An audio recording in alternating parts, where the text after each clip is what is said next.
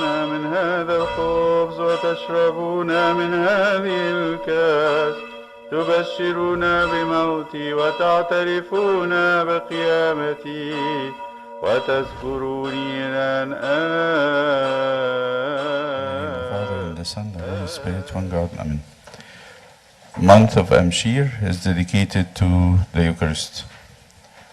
We last week, and I want to repeat so you can remember that, Tuba, the month of Tuba, which is the 5th month, is dedicated to the baptism because we have theophany in it.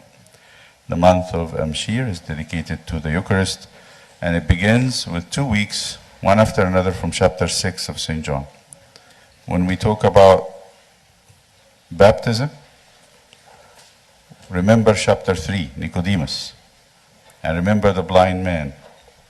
When we talk about the Eucharist, you have to remember chapter 6 in St. John, John 6, the bread of life.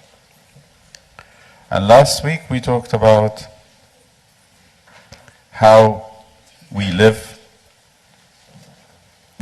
our life as Christians, as Coptic Orthodox, by simple routine. And some people say, it's boring, we are just doing the same thing over and over again. By the way, the most essential things in life are repetitive. Think about it. What do you do in your life that you cannot live without it? Don't you eat the same thing over and over again? So it is repetitive. So the most essential things, not entertainment, are repetitive. And I talked to you also about how in Saint Pope Kyrillos' life, he would do the same thing every day. His routine. He wakes up in the morning. Actually, he doesn't wake in the morning. He wakes at 2 o'clock in the morning, 2 a.m., if you call that morning. And what would he do?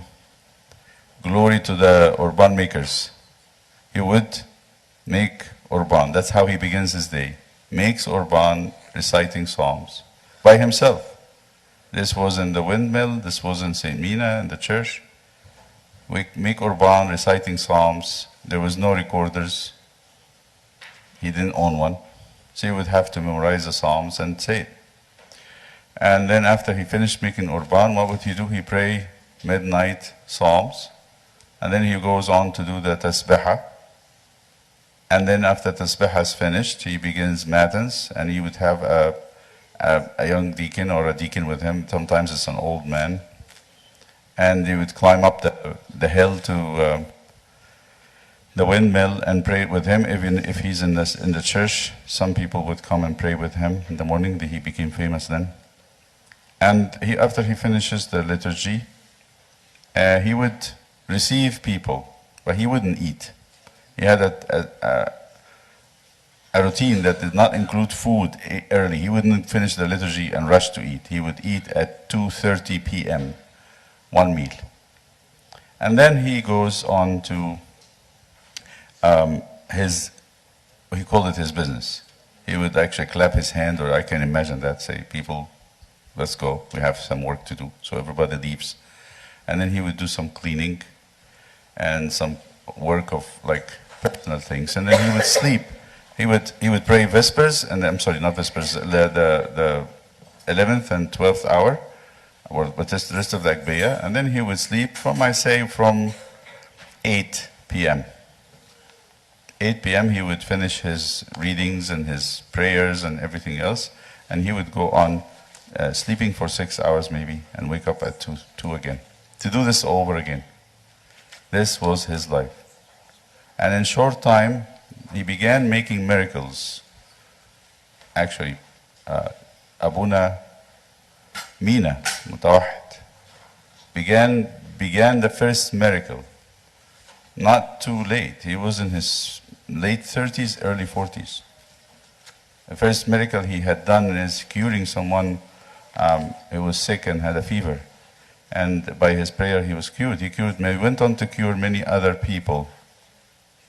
He went on to cure many other people, including Abu Naloa, who was a vicar of the Patriarch, who kept his favor, and he had returned to him later. This was his life. Nothing extra. Nothing extra. So we're all called to this life and to be like him. But you don't have to wake up at 2 a.m. in the morning. Just when you wake up, pray. Before you sleep, pray. Come to confession. Take the Eucharist. He was very much into the Eucharist. So one of the things that's said about him, anyone knows the late Bishop Mina Samwili, the bishop of the head of the, I've seen him. He's a simple man. He was his disciple. At one point he was living with him. By the way, Pope Gross discipled a lot of the people you hear about. He was the father of confession and guide for Abuna Matta al-Miskin, Baba Shnuda, Amba Samuel, Abuna Salib Suriel, Abuna Bolis, big names, and Baba Chomius. Big names, the people who started the new revival in the church, the new revitalizing the church. They were all his disciples. They call him, and in the books, they call him the father of the reform. He didn't have the big ideas, but he had the life. He was not a theologian coming up with ideas and interpretations and big sermons. He was not a sermon giver. That is his life. People were inspired. They read about it a lot, but they never saw it until he started living it among us, and they start seeing it, and then they followed that example.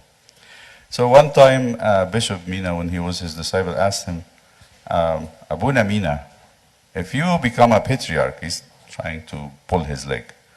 He's not a patriarch, he's a monk, he's a priest. If you are going to be a patriarch, what would you like to do? What would you change? He says, I'll make a rule that all the priests in Cairo, at least, and in the whole of the patriarchate, pray a liturgy every day. And so the disciple who became a bishop later said to him, but the churches are poor. They cannot make Urban every day. See how poor the churches were. He said, then I'll make Urban in the patriarchate, and we have cars. We're going to deliver the Urban to each church. He was very interested in this. He very determined this is going to happen. But then he said, but for the sake of the married priests, I cannot ask them to do this every day. They will just not be able to do it. So maybe I should just say at least Wednesdays and Fridays. Wednesdays, Fridays, Sundays. So this is how Pope Gross saw this. And because of him now, if you really think about this, because of him, because before that, nobody knew what is the importance of going to church. What's the importance of taking communion? Why does that matter? Nobody really thought about this. The church was in a very dark time, very dark time. So I have this story, and I told you a couple of stories last time. By the way, this way of living of Pope Kyrillos of Abamina, the recluse, is very common. After him, it became the mode. And I'm going to tell you something. There's a lot of saints that was proven to be saints, that lived, and we know them, and we don't realize that they're actually as holy as him.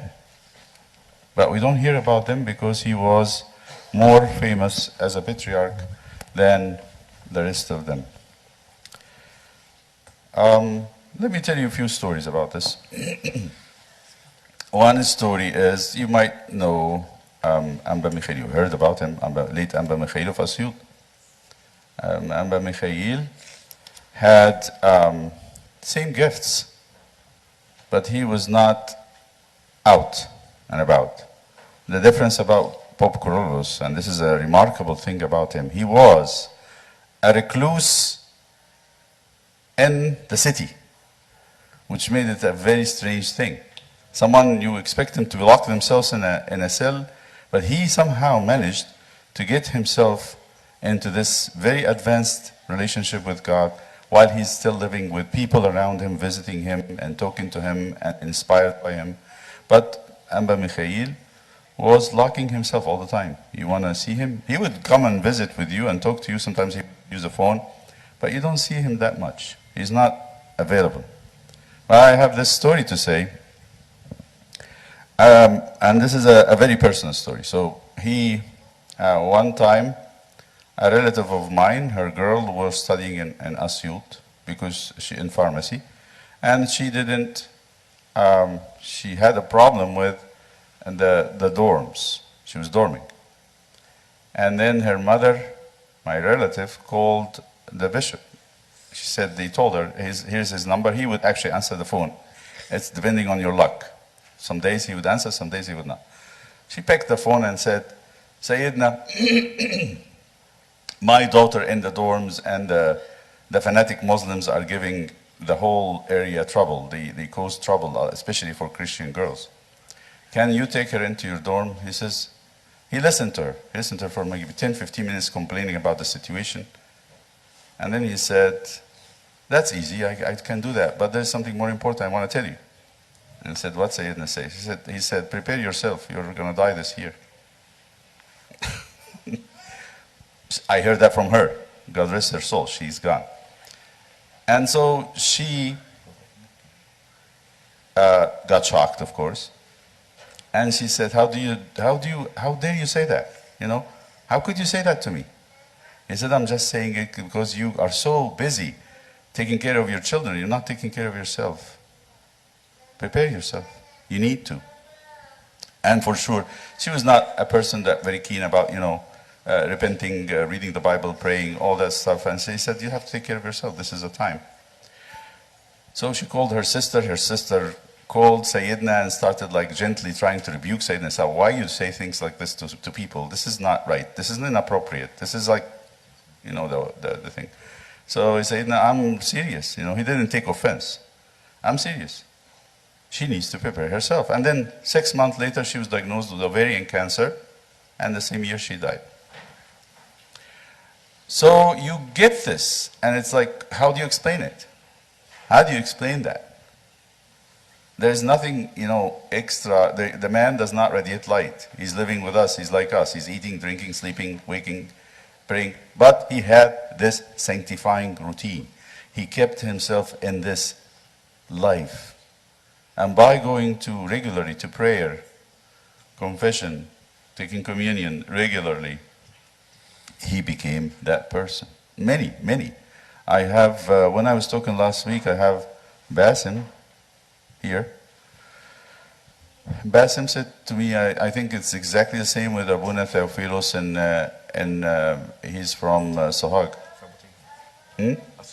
Asyut, I'm sorry, from Asyut. And he has this priest who had done the same thing again. But let me tell you about regular people. You don't have to hear about monks and priests and bishops. Regular people. Last time I told you about the woman that is from Raleigh, and this happened 2 years ago, who knew when she's going to die. A week ahead, she told her husband. We talked about this. Let me tell you about another one, and I took permission from her daughter. Last year in Lent, on a Wednesday, there was a phone call while in the school. I'm busy doing things in the school. And then I get a phone call. I pick the phone call. Usually I try not to, but this one I don't know why. I picked it.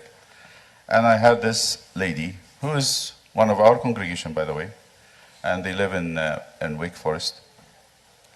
I have visited her mother before. She had pulmonary fibrosis. It's a rare problem. They got idiopathic pulmonary fibrosis. For some reason, unknown reason, the lung is turning into scar tissues on its own. Most of it is immune disease. And slowly, the lung is getting restricted and dying. So she's not able to breathe as normal. Things started declining until at least she told me, and she called me before and she said, Mom, my mother needed to be in the hospital.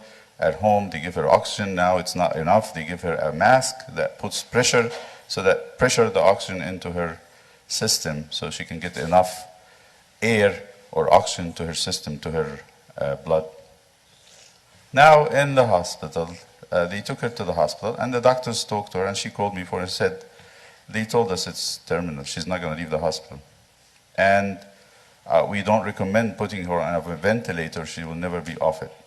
And it's not, there's nothing to do. So I get a phone call while in the school, and she says, my mother is asking for you now. I said, okay, she needs to confess. Okay. I don't, as a priest, have too many situations of emergency. You know, as a life of priest, we don't have that many emergency situations. This is the type of emergency situation that I get as a priest. So I dropped everything, took the car. She's in Duke.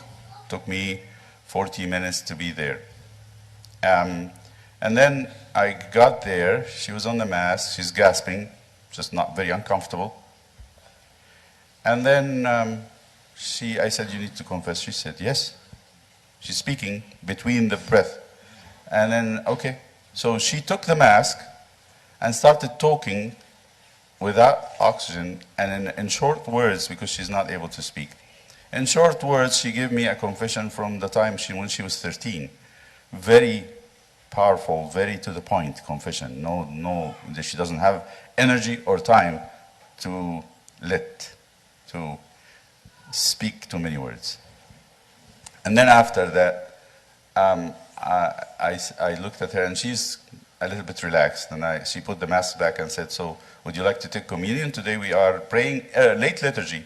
I'll be finishing at 7. And by the time I come here, let's say 8. I'll be here at 8. So she said, sure. And I left. And then I prayed the liturgy. And after the liturgy, I found many text messages and phone calls. The daughter is saying, my mom is every 5 minutes. She would doze, and she would wake up and say, is Abuna here? Every 5 minutes. And every time that happens, she said, just call him, text him to make sure that he's gone. A little medical piece. When people have lung fibrosis and their lung is not expanding enough because the scar tissue is pulling on the chest, they retain carbon dioxide. It's a waste product that needs to be get rid of. So if you don't get rid of your carbon dioxide and builds up, it causes narcosis, as if they're taking a narcotic, like taking sleeping medicine. It suppresses their conscious. They cannot be conscious. They go into coma. So even if she's taking the mask, the carbon dioxide is very high. They said it was like, I don't remember the number, it was high. Incompatible with being conscious. So how is she making it to wake up and ask for me when he's coming to give me communion? Where is communion? Every 5 minutes. And then I reached there, and then she's awake. I gave her communion. She's more at peace. She's at peace completely. And she looks at me and says, what should I do now?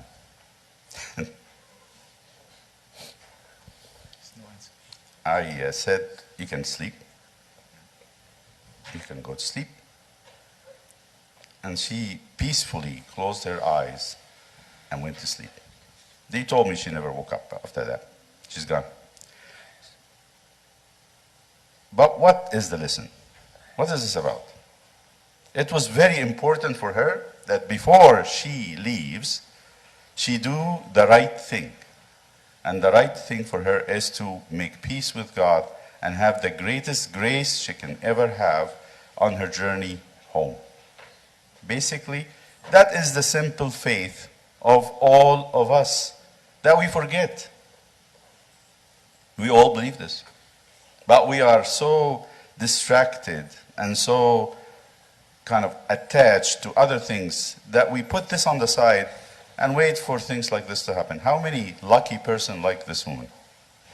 I remember my uncle before I was young. He said, the only wish I have from God is that I know when I'm going to die. That's the only wish I have from him. And he knew when he would die. 1 year before he was diagnosed with terminal, I'm sorry, this is a sad thing, but a terminal lung cancer. And he said, that's exactly what I want to know. So It is not all of us. Not all of us will know this. And not all of us have to get this news to recognize the priorities of our life. The priorities. This is a priority to a Christian person who knows God. It's in this chapter that Jesus says, if you don't eat the flesh of the Son of Man and drink his blood, you have no life in you. If you don't eat the flesh of the Son of Man and drink his blood, you have no life in you. But to take it really seriously and to take it when you are ready, you have to prepare yourself. And to prepare yourself is you offer repentance and come to confession. And you pray. What's the point of doing this ritually? And I'm not really in reconciliation with God. I'm not talking to him. It's very simple. You think about it. Very simple. But keep those things in your life and don't forget about them in the busyness and the distraction and the noise. Let me say these few words in Arabic. So, المرة اللي فاتت والمرة دي احنا بنتكلم على إصحاح 6 في إنجيل يوحنا. إصحاح 6 هو إصحاح الإفخارستية. الإصحاح ده مهم في إنجيل يوحنا بالنسبة لنا ككنيسة، واحدة من الأصحاحات المهمة جدا في الإنجيل. إذا هتفتكر أناجيل معينة من الكتاب المقدس وتركز عليها، إصحاح 6 واحد منهم. بيتكلم فيه ربنا يسوع المسيح على عطية جسده ودمه، وحطه في مقارنة حتى في البداية دي، بداية الأسبوع اللي فات قال كده إن إحنا بيزي كانوا ماشيين الناس ورا يسوع عايزين إيه؟ قال لهم أنتم لم تأتوا لأنكم رأيتم آيات فأمنتم، لكنكم أتيتم لأنكم أكلتم من الخبز فشبعتم. فالشغل الشاغل، هناكل إيه؟ هنشرب إيه؟ هنلبس إيه؟ هنعمل إيه؟ هنتفسح فين؟ هنعمل قد إيه فلوس؟ هنعمل إيه بيزنس؟ والحاجة الأساسية اللي ربنا بيقول لنا عليها النهاردة ده مش الأولوية. قصص كتير جدا ابتديت معاكم المرة اللي فاتت في القصص بتاعة الناس اللي عاشوا حياة بسيطة جدا، ما هياش معقدة ولا فيها دراسات في كليات كبيرة ولا راحوا أماكن بعيدة عشان يعرفوا حاجة مهمة أو أسرار يكتشفوها. كل اللي عملوه إن كانوا بيصلوا، بيقدموا توبة ويعترفوا ويتناولوا. ده كل اللي بيعملوه، مفيش حاجة تانية زيادة. والنعمة بتاعت ربنا شالتهم عشان توديهم السماء، زي أي أب ما يشيل عيل صغير كده وياخده من كتافه كده ويروح شايله وحطه على إيه؟ حجره. بسيطة جدا. بس بنفس الوقت بنحارب بقى الحاجة اللي تخلينا نبعد عنها. الناس اللي أنا كلمتكم عليهم المرة اللي فاتت، كلمتكم على البابا كروس، أكلمكم عليه تاني النهاردة برضه لأنه مهم. هو اللي علم الجيل ده كله بتاعنا بتاع الكنيسة القبطية السكة دي. لازم برضه نديله إيه؟ الكريدت بتاعه. كانت حياته زي ما هفكركم بسيطة. يصحى الساعة 2 الصبح يعمل قربان. على الساعة 3 يبدأ التسبيحة. صلي التسبيحة أو نص الليل مزامير، وبعدين يدخل على القداس، صلي القداس، يخلص على الساعة 9 8 9 الصبح. يجيله الناس بقى، ما كانش ياكل، ما ياكلش، ياخد بقى من القداس لغاية الساعة 2 ونص، كان ياخد أول أكلة الوحيدة بتاعته. ويقال زمان كان يشرب فنجان قهوة واحد بعد ما مسك البطريركية. فنجان قهوة تركي كان حد يعمله له، هي دي، ذاتس ات. ما كانش أربع في القهوة زي ما احنا بنعمل دلوقتي. خلي بالكم المشكلة بتاعت القهوة دي على جنب، أنا هقولها لكم. القهوة مشكلة كبيرة جدا، بتخليك ما تنامش كويس، تقوم تصحى بيضحك تصحى تاني يوم مضروب مش عارف، لا مؤاخذة يعني. تقوم تضطر تعمل ايه؟ شباب ايه؟ تقوم تيجي بالليل يحصل ايه؟ ما تنامش كويس. بتقعد. خلي بالكم دي خدعة كبيرة جدا من شركات القهوة عشان نبقى مدمنين كلنا. هم مصرين احنا كلنا نبقى مدمنين عشان ايه؟ فالمهم ان هو كان يعمل كده ويجي على الساعة من الساعة بقى 9 لغاية الساعة 2 أو 3، وبعدين يقول للناس يلا بقى عندنا شغل. اللي قاعدين معاه اللي بياخد نصايح، عندنا شغل. فبيعمل ايه في الشغل؟ يروح قافل على نفسه، يصلي بقية المزامير بتاعت اليوم ويقرا، يعني يحب يقرا كتاب مقدس، يقرا اسمها اسحاق. وبعد كده على الساعة 6 بعد الظهر يصلي المزامير بتاعة النوم وينام على الساعة 8، من 8 ل 2، يبقى بينام كام ساعة؟ 6 ساعات، ويصحى تاني يوم عشان يعمل نفس الحاجة. مفيش حاجة غريبة في القصة دي، مفيش حاجة غريبة أبدا. احنا بس اللي علينا ان احنا نأيفها على احتياجاتنا احنا. لما بيعمل كده الواحد كل يوم، اللي بيحصل بيتقدس، بيبقى قديس. بسيطة، ما هيش قصة معجزية يعني، مش حاجات غايبة نقعد نسرح في حاجات ضلمة ما نعرفش هي ايه، لا هو كده. الناس اللي عملت كده بقوا قديسين وبسرعة. نفس الحاجة التانية بقى ان بيراقب بقى نفسه وهو في السايكل دي، في التكرار ده، بيراقب نفسه لألا بعدين حاجة تسحبه بره الايه؟ بره الحياة دي. هو ده شغل الشيطان، يسحبك بره الحياة، يديك افكار، يديك مغريات، يبعت لك فيسبوك مسج، وات ايفر بقى الحاجات اللي احنا مشدودين بيها دلوقتي. فبقت الاولويات مقلوبه راسا على عقب. الحاجه الثانيه اللي انا كنت عايز اقولها لكم، التكرار بقى بالمناسبه دي الحاجات الاساسيه في حياتنا اللي احنا محتاجينها جدا، هي حاجات ممله وبنكررها. حد فيكم كل يوم بياكل اكله جديده غير اليوم اللي قبله غير الاسبوع اللي فات؟ قولوا لي. لما نيجي للصلاه بنقول لا ممل، احنا بنعمله كل يوم، لانك بتعامله كايه؟ هقول لك بتعاملوا الصلاه كايه؟ كتسليه، انترتينمنت. في الانترتينمنت لو اتفرجت على موفي ما ينفعش تتفرج عليها ايه؟ تاني. لو سمعت موسيقى بتزهق منها حتى لو سمعتها 4-5 مرات. لكن الحاجه الاساسيه اللي انت بتاكلها هتاكلها النهارده، ان ما اكلتهاش بكره هتاكلها الاسبوع الجاي. قول لي كده عن اختراع جديد في الاكل انا ما اعرفوش. بالتالي في ناس كتير عايشين في وسطينا، في وسطينا قديسين وما نعرفش، ما نقدرش نعرفه. انا اتكلمت بالانجليزي وهقولها لكم بالعربي على انبا ميخائيل. اما ميخائيل ما تظنوش انه كان راجل شديد على فكره جدا، بس كان عادل، ودي حاجه مهمه قوي. شديد بس عادل. فكان عايش نفس الحياه دي بس مستخبي. الميزه بتاعت البابا كرولوس انه كان فين؟ في وسط الناس كلها تقدر تشوفه. اما ميخائيل كان مستخبي في اوضته. اما ميخائيل اللي هي قريبه كان لها بنتها في اسيوط لانها ما جابتش الدرجات بتاعه جامعه القاهره الصيدله، فدخلت صيدله اسيوط. فكلمت البنت، ضايقوها الجماعات الاسلاميه، مضايقينهم مضايقين المسيحيين في اسيوط. فكلمت الانبا ميخائيل عشان ياخدها في الايه؟ في بيوت الطلبه اللي عنده. فهي كلمته وقعد يسمع لها الراجل بتاعني، وكانت ميزه برضه ان هو ممكن تتصل بيه ايام ممكن يرد عليك، وايام ما بيقفل، ما حدش بيكلمش حد. فبعد ما سمع لها وقال لها انا هاخدها وهتبقى كل حاجه كويسه ما تخافيش، بس انا عايز اقول لك حاجه مهمه، انتبهي لنفسك. انت مش انت هتمشي السنه دي، مش قاعده. الثانيه اتاخدت، هي مش واخده بالها، هي ملهيه جامد جدا في عيالها واللي بتعمله مع عيالها والدنيا والبزنس مش البزنس يعني الحاجات المشغوليات انا اقصد. فقال لها انتبهي لنفسك، انت السنه دي هتسافري مش قاعده لها، فانتبهي، ده اهم من الايه؟ من الدور. فاتخضت وراح اتصلت باختها، قالت لها ازاي يقول كده؟ ده ينفع يبقى راجل قديس؟ ده ينفع يبقى راجل؟ ده الخضه اللي عملها لي ده مش عارف ايه.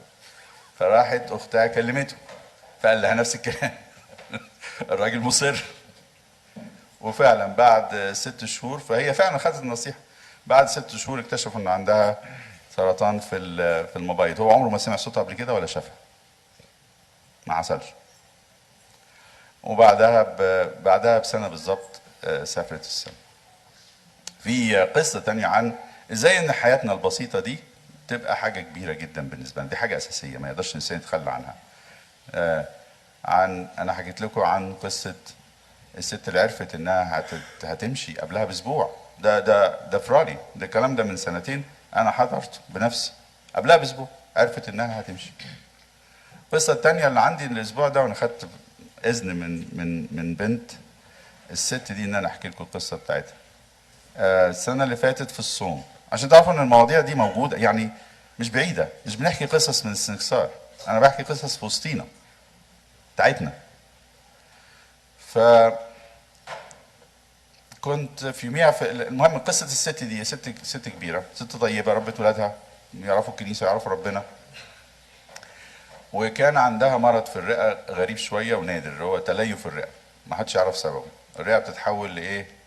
لنسيج ليفي بيشد زي بيبقى زي الحبل كده شادد، حبال ماسكه الرئه في الصدر، فما فيش حركه، الصدر ما بيتحركش، فعمال الحركه بتاعته تقل كل ما السنين تعدي. فبيحصل حاجتين، النسيج بتاع الرئه بيتغير، فما ينفعش يحصل التبادل الهوائي ده، ان ياخد الاكسجين ويطرد ثاني اكسيد الكربون، نمره واحد. نمره اتنين، ما بتقدرش تطلع ثاني اكسيد الكربون. ثاني اكسيد الكربون بيتركب في الجسم والاكسجين عمال يقل، هي نفسها بقى يبقى ايه؟ متضايق، بتبقى هي وقاعده نفسها مكروش. فوصلت لمرحله، وعارفين ان الدنيا بتتدحور كده، مفيش حل ليه، ده ملوش حل. فوصلت لمرحله ان هم لازم يودوها المستشفى، الاكسجين في البيت مش نافع، حطوا لها ماسك في البيت مش نافع. فمعروف ان احنا لو هنوصل للمرحله دي لازم تقعد تحت العنايه والمراقبه 24 ساعه، فحطوها حاجه تحت الانتنسيف كير. وبعدين هي قالت لي صلي لها، كنا بنحط اسمها على الايه؟ على المسبح. فيوم من الايام انا كنت في المدرسه، وكان ورايا شغل وحاجات زي كده، فما اعرفش ايه اللي خلاني رفعت يعني رديت على المكالمه بتاعت بنتها، فبتقول لي ماما طالبه انها تشوفك. والدكاتره قالوا لها ان مفيش يعني قدامها ايام بكتير. فطبعا انا ما عنديش طوارئ في الكهنوت، مفيش طوارئ كتيره، دي واحده منهم، دي واحده من الطوارئ اللي للكهنه يعني. فسبت كل حاجه ورحت 40 دقيقه من هنا لغايه دوك.